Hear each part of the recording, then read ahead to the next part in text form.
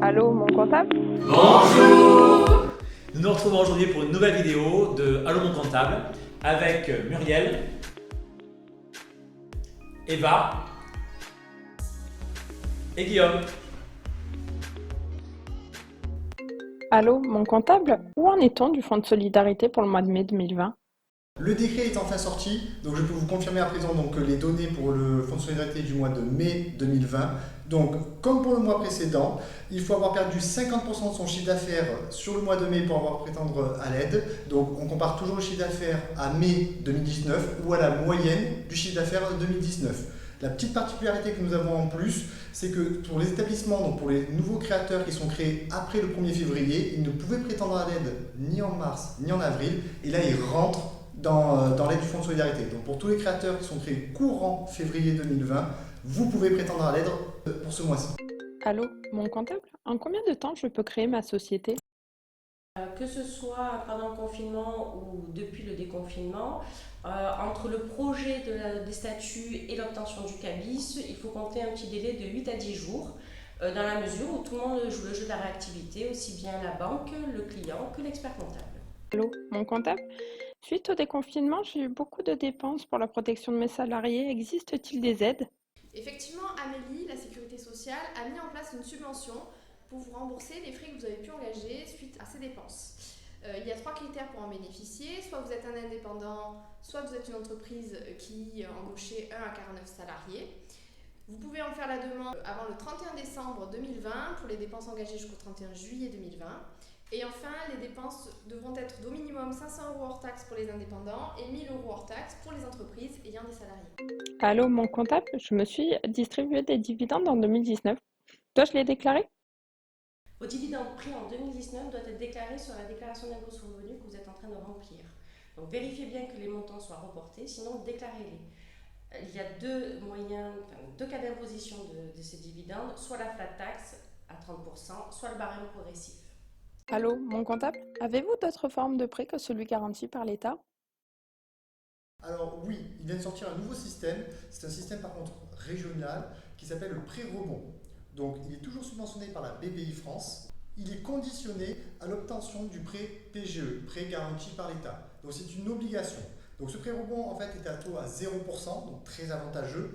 Il est sans garantie et en plus on a un différé de 2 ans concernant le premier remboursement de la première échéance. Donc c'est sur un prêt de 7 ans avec un report de 2 ans. Donc niveau de trésorerie, ça va vous permettre de laisser voir venir le temps de rembourser la première échéance.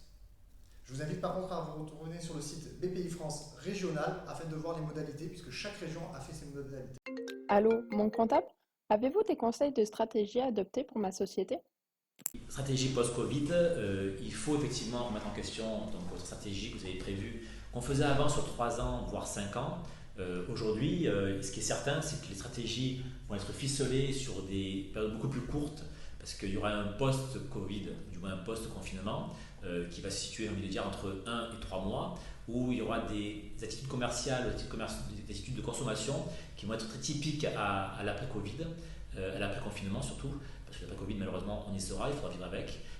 Et dans ce sens-là, quand je parle de consommation un peu différente, si je prends l'exemple des agents immobiliers aujourd'hui, il y a une demande sur des maisons avec des terrains, par exemple, qui n'étaient pas automatiquement demandées avant, des espaces extérieurs qui sont fortement demandés. Et si je parle par exemple des restaurateurs aussi, quand on parle de modèle économique, il va falloir tenir compte aussi que si l'emplacement fait, je dis n'importe quoi, 100 mètres carrés, qu'avant on y faisait dedans 40 couverts, aujourd'hui le nombre de couverts potentiels, le nombre de couverts sur le même service qu'on pourra faire ne sera pas les mêmes qu'avant. Donc tout ça va être pris en considération et dans ces périodes de 1 mois à 3 mois, il faut prendre en considération aussi les craintes des consommateurs parce qu'on ne sort pas sans blessure psychologique de ce qui s'est passé. Donc entre 1 et 3 mois, il y aura quand même, je pense, une attitude aussi néfaste par rapport à tout ça. Tout à l'heure, on parlait de tendance immobilière, mais c'est aussi tout ce qui est lié au tourisme. Aujourd'hui, beaucoup de gens, effectivement, maintenant ont pris conscience qu'on pourra prendre des vacances au mois de juillet et août. Beaucoup de gens liés au tourisme disent que les gens appellent, mais pour l'instant ne réservent pas. Et j'avais une autre question par rapport au développement du télétravail. Il y a beaucoup de nos clients qui se rendent compte que avoir un local spécifique pour leur activité n'est pas forcément nécessaire. Qu'est-ce qu'ils peuvent faire dans ce cas-là? Alors le télétravail va avoir automatiquement une incidence aussi sur l'outil de travail. Et dans l'outil de travail, il y a les locaux professionnels. Je vous rappelle que pour ça, vous avez un contrat, un bail, dans lequel est stipulé les conditions de rupture de ce bail-là. Souvent, on parle de période triennale, donc il faut anticiper non pas l'anniversaire de 3 ans, mais surtout ou 6 ans ou 9 ans, donc 3, 6, 9. Mais ça peut être aussi simplement aussi prévenir auparavant des 3 ans ou des 6 ans ou 9 ans, 6 mois à l'avance de la rupture. Donc tous ces petits détails sont encore un exemple d'anticipation des prises de décision. Certains de nos clients m'ont posé la question d'aménager les plages horaires pour éventuellement pallier à ce genre de problème. Qu'est-ce que tu en penses? C'est un outil effectivement qu'on peut se servir, mais c'est un exemple pertinent pour comprendre qu'il faut anticiper ces prises de décision-là parce que les incidences au niveau juridique, alors là on parle de contrat de travail, on parle d'avenant contrat de travail, mais effectivement tous ces travaux-là, il faut les anticiper parce que c'est pas du jour au lendemain qu'on prend une telle décision, ça rentre dans un cadre global stratégique qui demande une préparation et un phasage. D'accord. C'est la fin de cette vidéo de Allô mon comptable. Je vous invite fortement à faire des likes. Et n'hésitez pas à poser vos questions pour les prochaines vidéos et surtout à vous abonner à la chaîne YouTube. Au revoir. À bientôt!